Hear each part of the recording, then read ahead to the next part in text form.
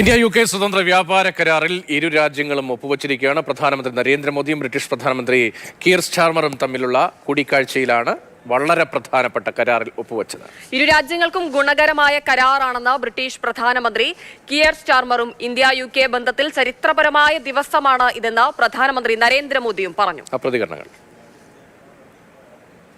It is a deal that will bring huge benefits to both of our countries, boosting wages, raising living standards, and putting more money in the pockets of working people.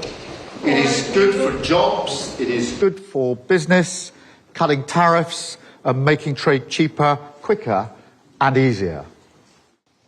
आज हमारे संबंधों में एक ऐतिहासिक दिवस है.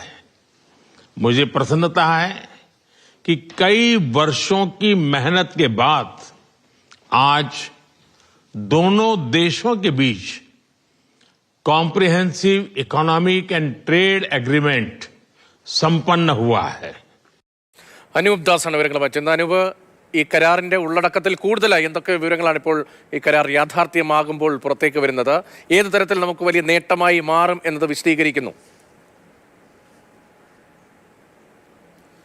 India UK കയറ്റുമതി ചെയ്യുന്ന ഏതാണ്ട് 99% സാധനങ്ങൾക്കും നികുതി ഇളവ് ലഭിക്കുന്ന തരത്തിലുള്ള ഒരു തീരുമാനമാണ് ഇപ്പോൾ ഉണ്ടായിരിക്കുന്നത്. കഴിഞ്ഞ 2021 മെയ് മാസം മുതൽ ആരംഭിച്ച തുടർച്ചയായിട്ടുള്ള ചർച്ചകൾ അത് ഇടയ്ക്ക് വെച്ച് UK രാഷ്ട്രീയ സാഹചര്യങ്ങൾ മാറിയപ്പോൾ, അത് കഴിഞ്ഞ് ഇന്ത്യയിൽ തെരഞ്ഞെടുപ്പ് വന്നപ്പോഴെല്ലാം തടസ്സപ്പെട്ടിരുന്നു. അത് കഴിഞ്ഞ് ഈ ജനുവരി മാസം മുതൽ മെയ് മാസം വരെ തുടർച്ചയായി നടത്തിയിട്ടുള്ള ചർച്ചകളാണ് ഇങ്ങനെ ഒരു തീരുമാനത്തിലേക്ക് എത്തിച്ചത്. ഇന്ത്യയിലുള്ള കാപ്പി കർഷകർ, തേയില കർഷകർ, ഒപ്പം തന്നെ സമുദ്രോൽപ്പന്നങ്ങളുമായി ബന്ധപ്പെട്ട് തൊഴിലെടുക്കുന്ന ആളുകൾ, ചെരുപ്പ് നിർമ്മാതാക്കൾ, ഒപ്പം തന്നെ സോഫ്റ്റ്വെയർ നിർമ്മാതാക്കൾ, അതിൻ്റെ കൂടെ ഇലക്ട്രോണിക് സാധനങ്ങളുടെ നിർമ്മിക്കുന്ന ആളുകൾക്കെല്ലാം ഗുണമുണ്ടാകുന്ന തീരുമാനമാണ്. ഈ സാധനങ്ങൾക്കെല്ലാം ഇപ്പോൾ കാര്യമായ നികുതി UK-യിലുണ്ട്. ആ നികുതിയെല്ലാം എടുത്തു മാറ്റാൻ പോകുന്നു. അതേസമയം UK-ക്ക് ഉണ്ടാകുന്ന ഗുണം, അവിടെ ഉണ്ടാക്കുന്ന ചിലതരം മദ്യങ്ങൾക്ക് ഇവിടെ 145% നികുതി ഉണ്ട്. അത് ആദ്യഘട്ടത്തിൽ 75%, പിന്നീട് 10 വർഷത്തിനിടയിൽ 40%-ലേക്കും കുറയ്ക്കും. അതിൻ്റെ കൂടെ തന്നെ അവിടെ ഉണ്ടാക്കുന്ന UK നിർമ്മിക്കുന്ന കാറുകൾക്ക് ഇവിടെ 100% നികുതി ഉണ്ട്.